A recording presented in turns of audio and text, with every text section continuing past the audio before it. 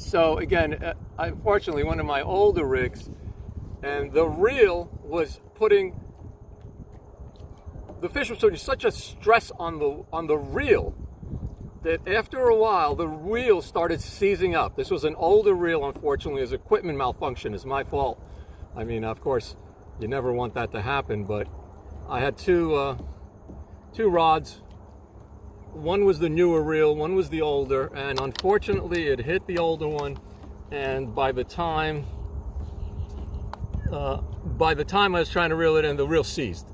It absolutely seized. I was actually trying to reel in this fish, just turning the spool on my reel. That's how seized up it was.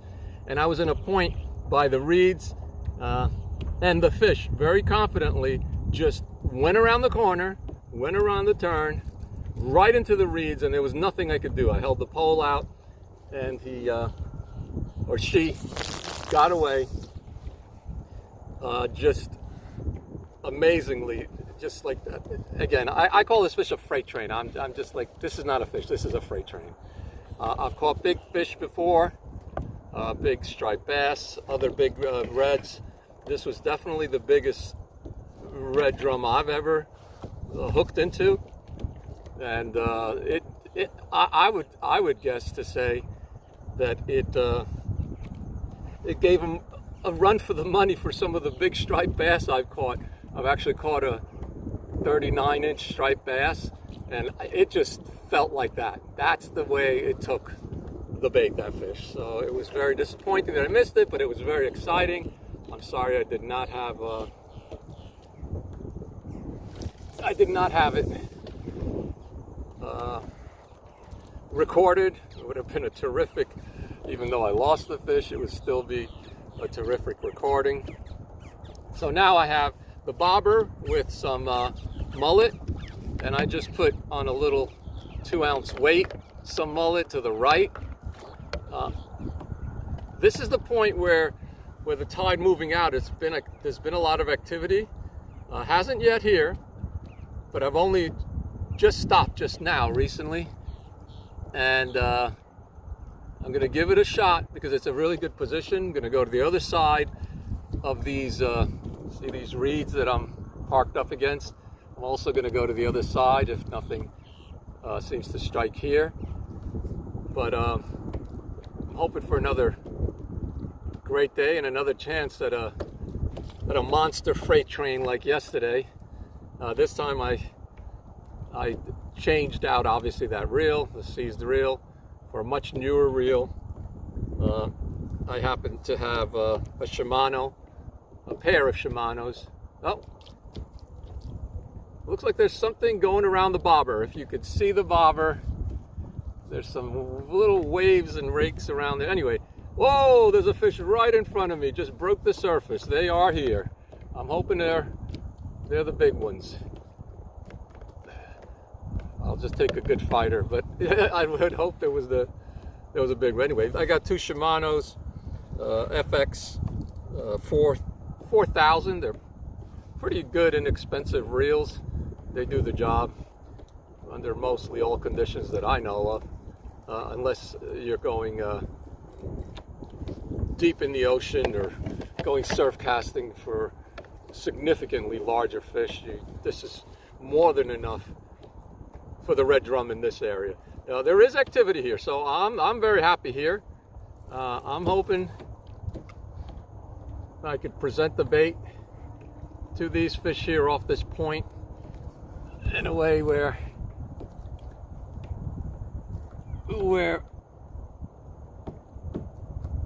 it looks appealing. I hope so, at least. So I went on 0.5 magnitude, so you can see a little further away, a little, hopefully a little better. So I'm actually surprised that the bobber hasn't gotten hit yet in that area. It could be that I have it set too high. In other words, well, in other words, the line to, the leader to the bait may be slightly too high up in towards the surface. I only have about, I don't know, 20 inches from the bobber to the bait. And that's usually good for very shallow water, but I have a feeling that's slightly deeper here, maybe 3-4 feet. So if this does not work, which would surprise me if I didn't even get any strikes, I'm gonna swap out the leader with the same similar hook and just make it hang a little lower so it's a little further away from the bobber, free floating. Now I'm actually bringing it in a little closer slowly, and that's only because I saw some fish moving closer to me, right off this point. So I'm going to leave the bobber right there. I'm going to reel this in and cast the mullet on the weight, which I'll show you what it looks like. Here's the mullet on the weight. That's what it looks like. You pierce the skin both sides. Nice big chunk of mullet, nice big hook. Big fish, big hook, big bait. That's what you do if you want to catch big fish. So I'm going to go out on the flats a little further away from the reeds, simply because I saw some activity that way. And leave the bobber there. And let's see what happens. So this one's going way out there. That's good. That's exactly where I wanted it. It's not very deep over there. It's probably 3 to 4 feet where I cast out there, about 11 o'clock, 40 yards out the most, 35, 40 yards out. It's not very deep, but I got a weight, big chunk of of mullet, hoping that does the trick. If not, I actually used the cast net right before I left also, besides the big mullet that I did buy at the store. I used the cast net, caught a nice bunch of little bait, spot, croaker, even some finger mullet, which may work better here because they're a little smaller, easier to manage on the hook. And then I even actually accidentally caught a live shrimp. I doubt it's still alive in the bucket, but it's behind me, it's in the bucket. I'll even try the shrimp later. But I also ran out of bait yesterday. I only bought 2 big pieces of mullet, thinking, 2-3 hours, make a few chunks. Well, it was so exciting after that fish in that spot, which was a terrific spot. There was a lot of activity there. I was trying to fish some more and catch another one, proverbial, the one that got away, catch the one that got away. And I ran out of bait. So that was a little disappointing. And so let's show you what the rig is. So you see it's about, 19 inches, maybe 20 away from the bobber. And that just might not be enough. So the next setup, if I move anywhere else, I am definitely going to make the leader a little longer. And hopefully that does a trick. I mean, I don't know, but that could be the reason that I haven't gotten a strike yet. Maybe I should just work on my technique. So I have a weight, mullet, I have the bobber. They haven't hit anything yet, which I'm very surprised. Maybe they're not feeding quite as much here as I would think. So I'm gonna probably use this bait one more time, then change bait to see if fresh bait will do the trick. But just because it doesn't have a lot of blood and guts right now, it's been in the water for a few minutes, doesn't mean it's not viable. It's just, all it means is that, I just feel a lot more confident when you got a fresh piece of bait throwing off more scent, blood, guts, down tide, downwind, down tide in this case, left to right. Fish, do smell as much as they see more, especially red drum. They go by feel and smell on usually the bottom, and the bloodier, muckier muck chunk of bait you have in the soup. It's like a tea bag. You have an old used tea bag, it's going to make very weak tea. You get 1 or 2 brand new tea bags, dunk them in the hot water, you get some powerful tea. So that's exactly what I'm looking for. Some powerful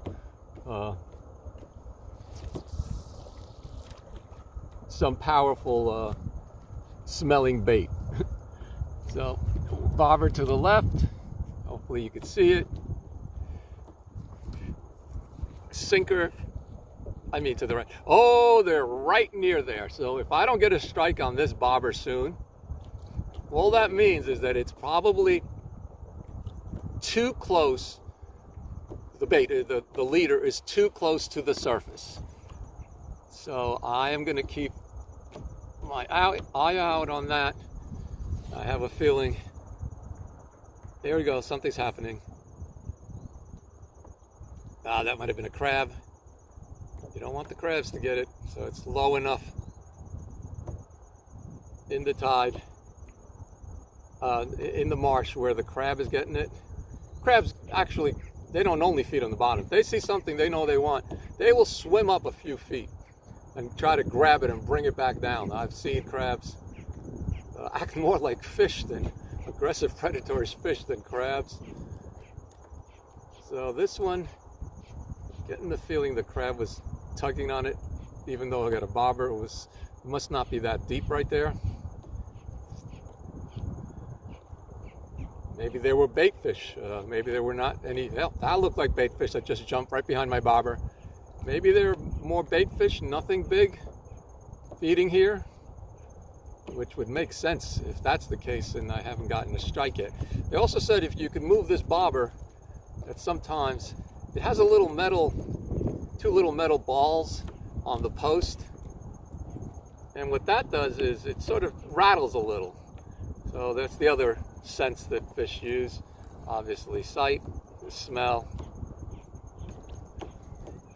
and sound. The bait is still viable. I'm just kind of disappointed nothing has happened yet. I'll give it one more shot. Just be patient. I'm not being patient. I'm reeling it in. There we go. There's some waves right behind my bobber. So it could be smaller bait fish that just obviously sort of tricking me.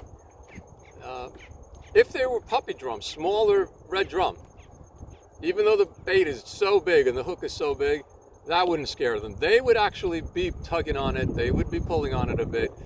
I'm not seeing it happen here. Perhaps it's so shallow it's dragging the bottom, but I just have a feeling just not getting my technique here, or they're not feeding for some reason. I'm not going to commit all day here, obviously. It's just such a good point, area to fish before. I've had such success here, and with the tide rolling, there we go, something's pulling it, but it's really small.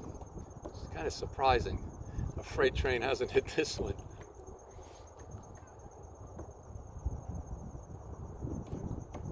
Come on, big drum. Let's go, big drum.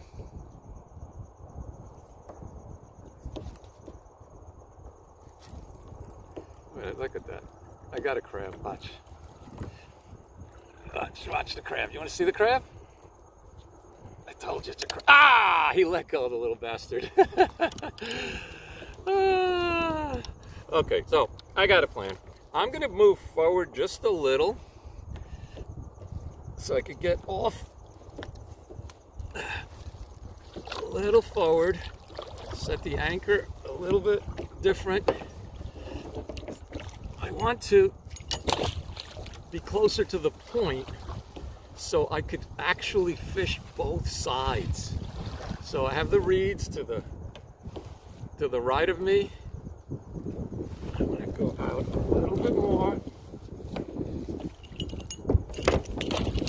I'm going to throw the anchor to my left. That's it. Throw it out as far as I can.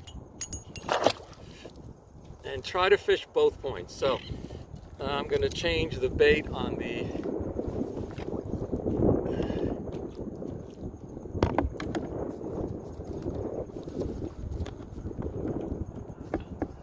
on my line with the sinker, put some fresh bait a little bit to the right, and then I'm going to put a smaller, hopefully live little bait fish on the bobber and see if that works. So this bait is still good, but I like fresh bait. Nah, this is fresh. This is fine. It's not the bait. It's just they're not feeding on this right now. Does not mean they won't be in a few minutes.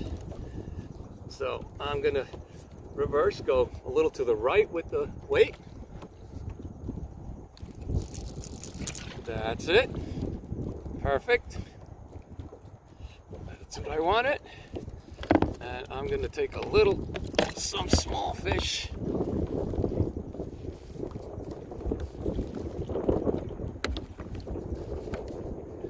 Now that's perfect. Lay the rod.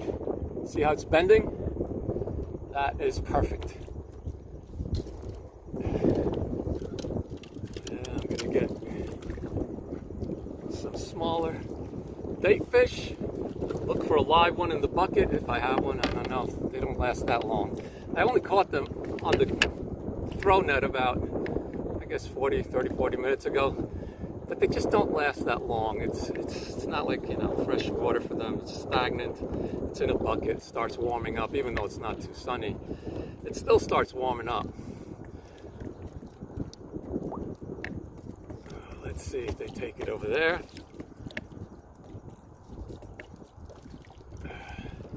I'm going to save this piece of bait, even though I have a lot of bait. I never want to have that happen to me again, run out of bait when I'm in an exciting place.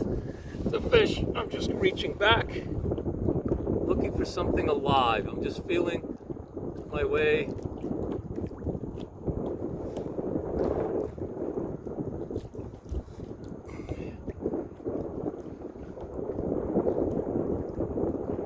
Yeah, they're not alive. They don't look like they're alive. That's okay. Oh, there's one that's a little alive. That's good enough.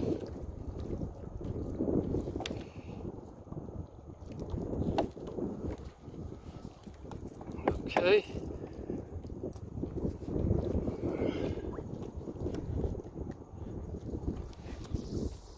Perfect.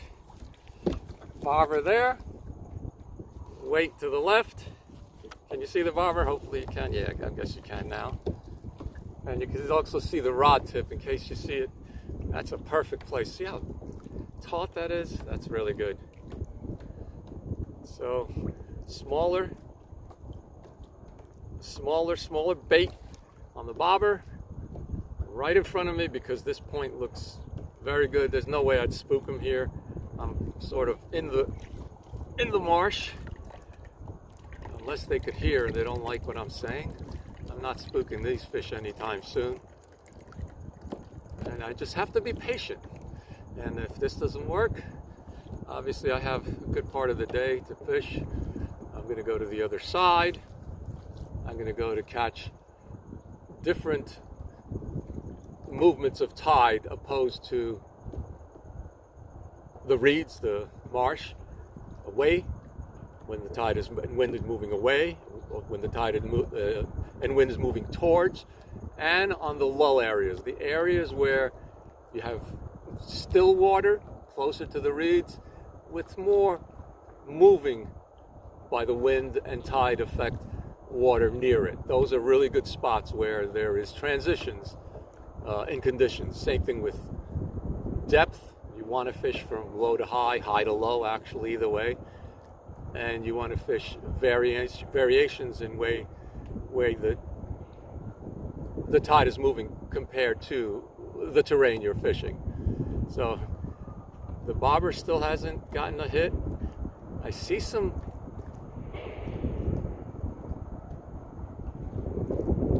little movement on the surface. There we go again, right near to the right of the bobber. It's either these are not red drum, or they're just not interested in what's on the menu. See the bait fish moving? I think the bait fish is afraid of my bobber, yep. That's another thing. If you see bait fish and they're in a bunch and schooling together trying to thwart predator, then there's fish. If they're just hanging around, they're just having fun, the bait fish themselves are actually feeding maybe, that's not a good sign. That might not be any bait fish, I mean any predatory fish chasing them. I don't see them running. I don't see the bait fish being chased, so it could just be they're not feeding right now, right here. I mean, fish are opportunistic. I mean, if they happen to be on the bait, and not that they were intending on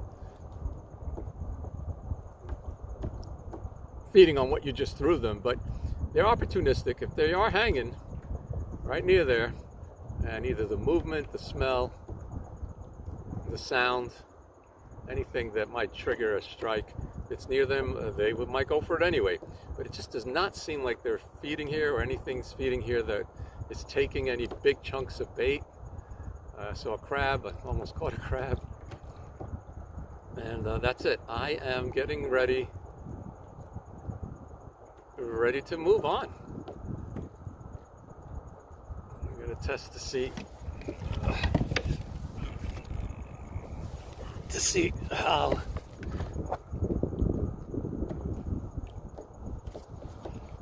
the bait looks with the weight. Looks like it was hung up on some reeds. That could be that sort of hides your bait. If you get in the weeds, the reeds, and your bait has got too much junk on it, that can, let me see what it looks like. No, it's still good. It's still good. I am puzzled. No takers. These fish do not want to play poker. I do like to play poker. That's the only reason why I mentioned that.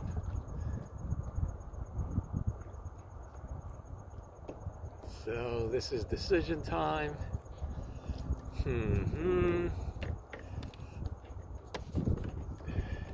Such a good point here. It's such a good point.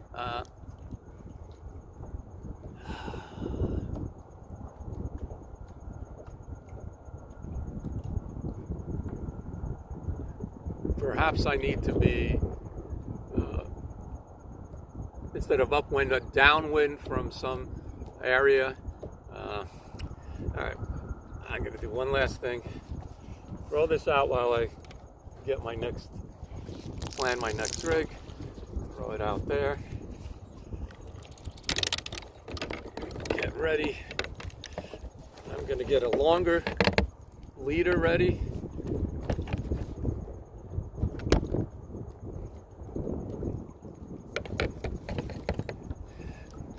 For the bobber, I'm going to get another hook while I just throw this one out there just in case something strikes when I'm getting prepped. There you go. Give it one more shot. Now this is the last time when I caught the big, well, 23 incher, that's pretty big. I'm looking for a lot more. I want the 27 inch to take home or a citation. 35, 40, obviously they have those too. So I'd hate to lose a fish here, but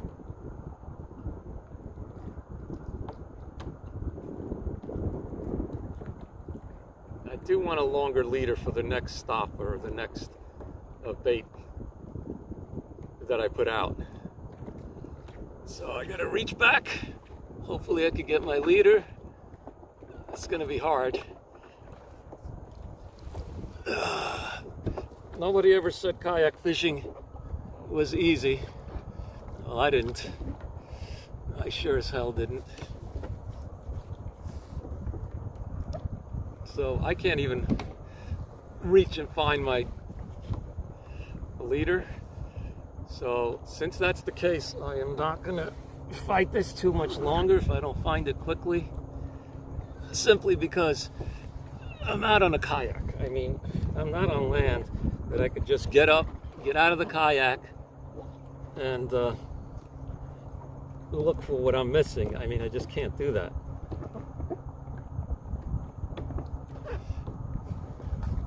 So I'm gonna go to another spot. If something does not happen very quickly. So this technique, both of these techniques actually worked. The other 3 times that I've been in this area, produced fish, although only keepers twice, the 23-incher and the 20-incher. Even yesterday, I got 2 shorts and the freight train. So this method, it's not the method, it's something else. It's either the exact place I am, what the fish are doing in this area. It can't be that they wouldn't want mullet. That cannot be. I mean, they might be feeding on shrimp or something, some other bait fish, but that does not preclude them from taking mullet or other fish. Just does not preclude them. My guess is it's just this spot is not producing today for now. So what I am going to do is go to the other side, catch a totally different tide and wind combination than I have. So you can see here, the wind and tide is moving, you know, facing, I'm downwind of the wind and tide. The reeds are on my left. See the reeds, I'm on the point, and everything's coming to me.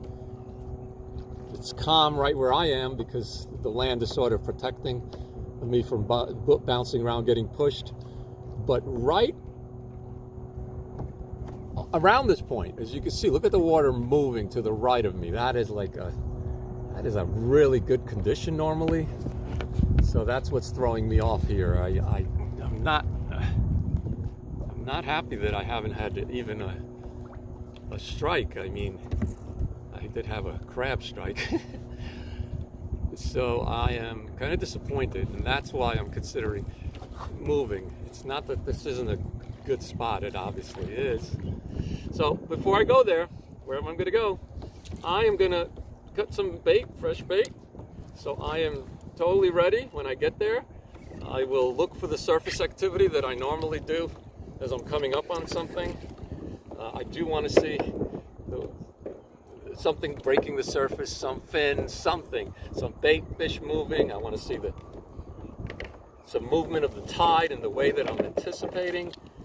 You know, there's a whole bunch of things that I think of when I fish.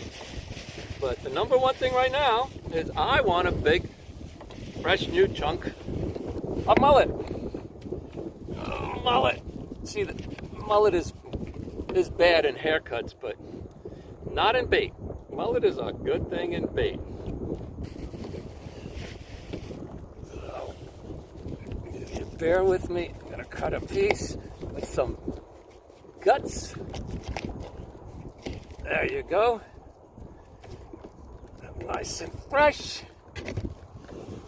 Saving the other pieces anyway. And the reason is that in case I ever run out, I would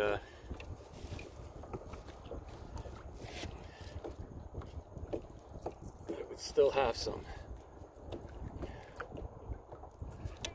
Okay.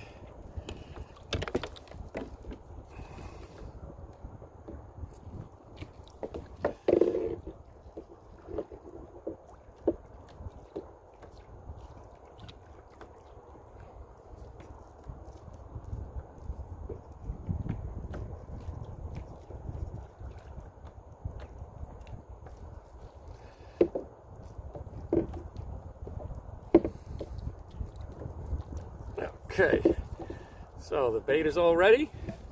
Let me hook the bait up.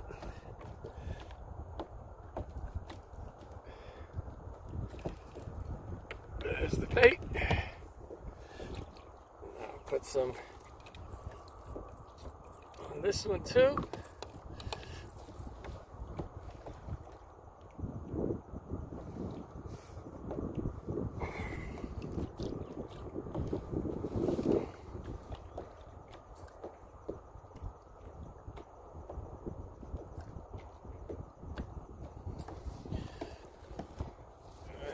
Let's head to another spot. Just a second. Woohoo!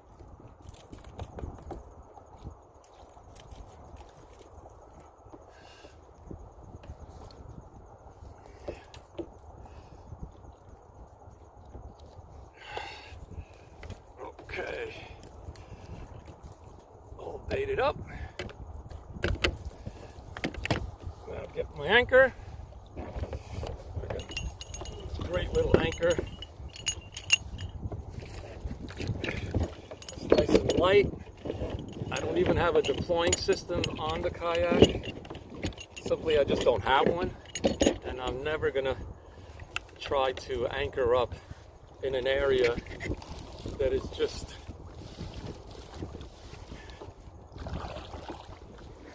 never going to try to anchor up in an area that is just the tide or wind is just moving too fast to hold.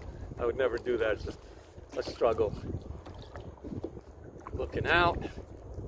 This is bait fish. This is bait fish. I'm looking for something different. I'm pretty sure this is bait fish. I don't see anything chasing them. Look at the surface. Right in front of me, bait fish, bait fish, bait fish. These are the flats. Can't be more than 2-3 feet of water here. This is the area that produced fish before. So my guess is on this bank over here by the reeds and closer to the, just to the left of me, I definitely saw some movement. Let's try that.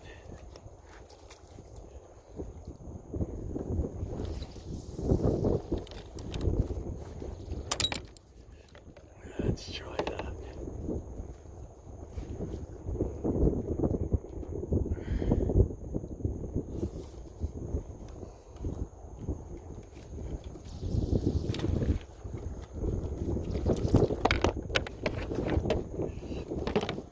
Okay, so I got,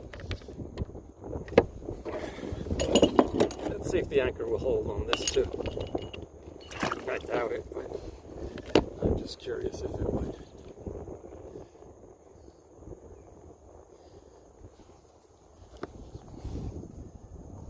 Yep, the anchor is not holding yet.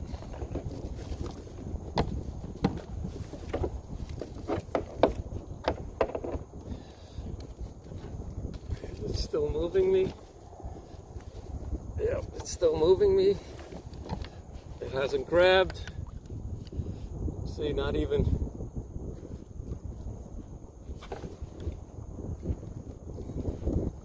In heavy moving water, it's not holding. That's why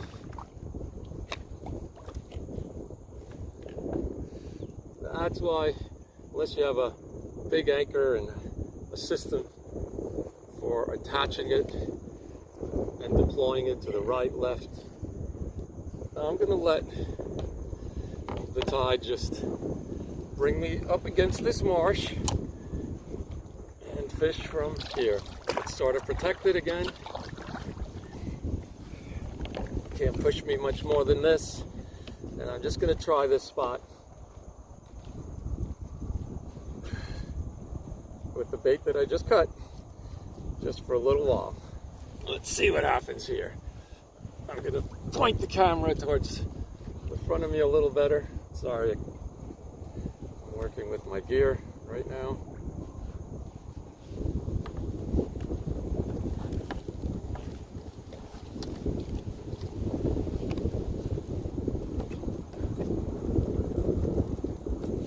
Okay, that's good. There's my bait. So I'm gonna cast a little close.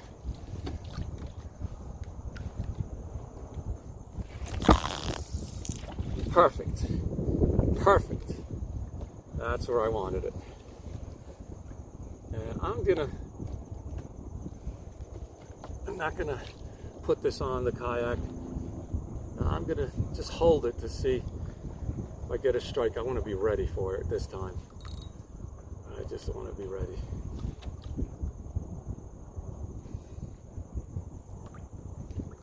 Here we go. Oh! Something hit it. I was not patient. It's not big like yesterday. I better let it sit.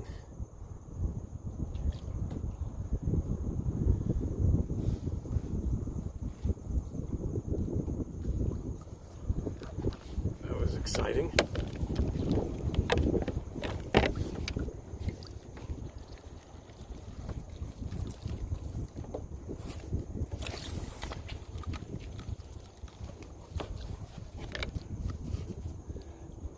Look at that fish eagle.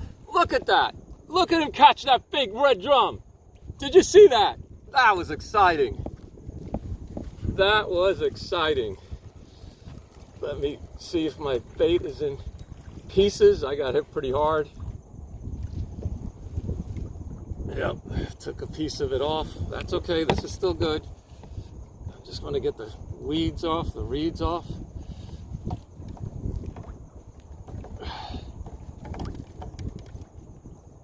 There you go. I'm going to try that again. That was good. It was not it's probably a lot smaller fish than I hooked into yesterday. But still, I'll take that. All right, perfect. I'm going to put the camera up a little more so hopefully you can see.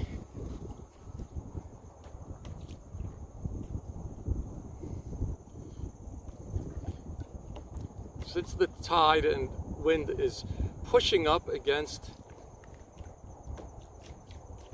the shore, the reeds, it's probably creating, this fish is taking really a weird way. This does not feel like a red drum. It's very small. That's what it is, this one. I'm going to be patient until it goes on a run. I'm not going to try to set the hook until I truly think it's got it in its mouth and is going with it. These these small little tugs, I'm getting the feeling that the fish is not committed to taking the whole bait. Or it's so small, the bait is so big, that it's trying to strip the bait or maul it or move it a little, as opposed to a big fish just gulping it in, committing to it, closing its mouth, starting to pull, and that's when I would set the hook. Just didn't feel like it had committed to taking the bait the way I'd like a big chunk of bait. I tried to set the hook a couple of times early and obviously wasn't having success, and that's why I'm letting the fish run. Give them free rein of the bait. See, they're hitting the bait, they're chunking it up a bit. Let's see. Right there. Right behind the reeds. If there's a big fish by the reeds there, hopefully he could sniff and the bait. See the bait? Be the bait. See the bait? Be the bait. The only problem with fishing this close to the marsh and reeds is, like yesterday, the smart, strong fish, after I wasn't able to bring him in because of my reel seized. Fish will take you straight around the point, straight into the reeds and weeds, and try to purposely tangle you to get the line off them. I mean, it's not like they know what you're doing, but when they feel like they're pulling something, they cannot get away from this thing that's in their mouth. They shake, they run, they go right, they go left. And in desperation, I guess this one yesterday did the smart thing. That's probably why it's such a big fish, smart old fish. It survived because it knows these tricks. It went straight barreling into the reeds around a similar point like this, downwind instead of upwind, and it was gone. Fish was gone. think of this that I have right here. Think of the exact opposite. If I was on that point, fishing towards the direction where my kayak is, and it just brought the bait around this point, around these weeds, and just and that's how I lost it. Aside from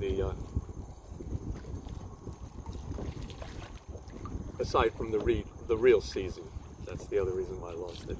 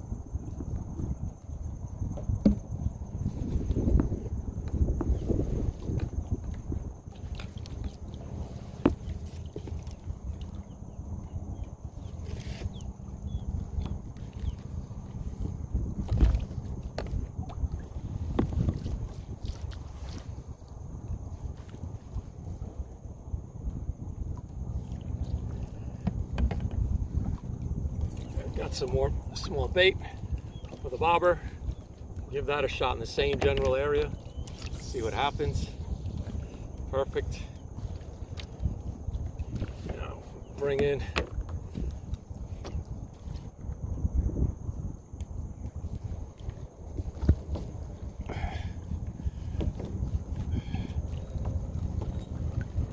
my chunk of mullet. Oh, hooked up my own line. I got too close to my line. There you go. That's released. That was not smart. I almost lost my phone in the water.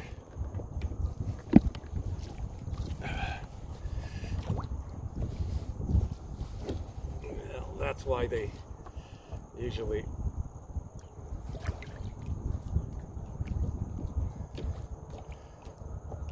don't try to fish two different rods and two different techniques at the same time. It's really hard to manage, and I do mean really hard to manage.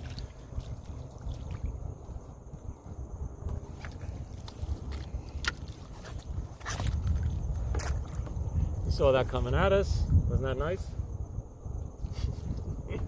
I try to avoid getting hooked up in the reeds. I was on the other side of the reeds and just totally pulled out the line, flung it back towards me, just trying to save having to go there and get it untangled. So my objective was to throw this just on the other side of these reeds in that spot. That's what I was trying to do. That's exactly what I was trying to do. I'm going to leave it there. I am going to be patient.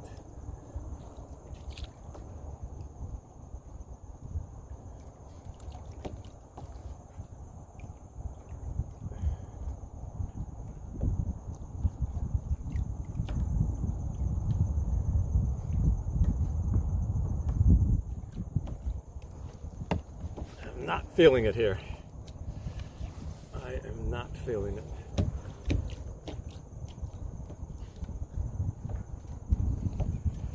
I gotta find that leader and get my equipment.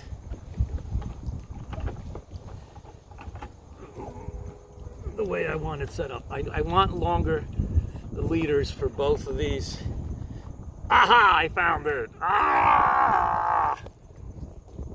I have 60-pound clear monofilament leader. I mean, dude, that is, I know that's overkill. I'm not saying that I don't know that. I do know that's overkill.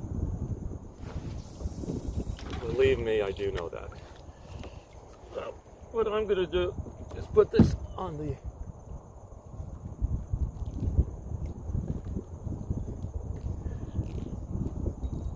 back. Tighten the drag to the point where the fish, if it takes it and goes on a run, probably the hook would be set by itself actually. And I'm going to work on doing 2 rigs with longer leaders. Perfect. I'm going to turn it off for a while to save the camera. Okay, I'm out. It's